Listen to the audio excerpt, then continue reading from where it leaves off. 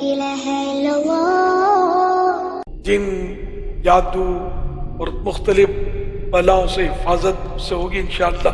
جو پڑھنے کا عادی ہوگا، کبھی نیند میں کوئی پتہ چلتا ہے کہ دبا دیتا ہے، گلا گھونٹ رہا ہے، کبھی کچھ عجیب عجیب سا نظر بھی آتا ہے اس طرح کے، پھر کبھی نیند چڑھ جاتی ہے. ایک قصہ ہے بھائی کو نیند نہیں آتی تھی، تو پھر میں نے اس کو یہ ورد بتایا. پیارے آقا صلی اللہ علیہ وسلم یہ حصار پڑھتے تھے. سوتے وقت آیت الکرسی تو پڑھنی ہے، ساتھ میں ایک اور سنت بھی ہے، حصار ہے بہت مضبوط ہے. جن جادو اور مختلف بلاؤں سے حفاظت اس سے ہوگی انشاءاللہ.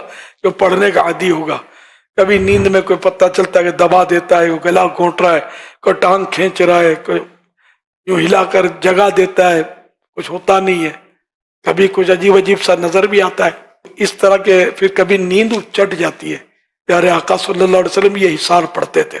دشمنوں سے حفاظت، قاتل سے حفاظت، لٹیرے سے، ڈاکو سے، انشاءاللہ جانوروں کے حملے سے، کتوں سے، سانپ سے، بچھو سے، انشاءاللہ ہر مصیبت سے حفاظت ہوگی. 5-6 منٹ کا عمل ہے.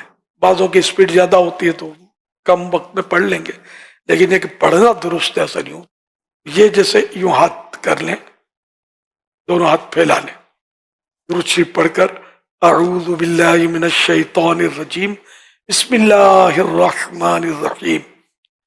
اب پڑھیں قل هو اللہ احد پوری صورت، پھر بسم اللہ پوری پڑھ کے قل اعوذ برب الفلق یہ پوری صورت، پھر بسم اللہ پڑھ کے قل اعوذ برب الناس یہ پوری صورت. یہ پڑھ کے دم کرنے، اور آگے سے یہ ہاتھ پھیرنا شروع کریں. پھیرتے پھیرتے جہاں جہاں آپ کا ہاتھ پہنچ سکے، یہ پورا پاؤں، یہ مطلب پاؤں کی پشت تک یہ سارا ہاتھ پہنچائے. جتنا ہو سکے کوئی جگہ ہاتھ پہنچنے سے رہ نہ جائے. یہ کرنا ہے عمل 3 بار اسی طرح. ایک بار پڑھ کے کیا، پھر دوبارہ اسی طرح پڑھ کے کریں. یہ 5-6 منٹ کا عمل ہے.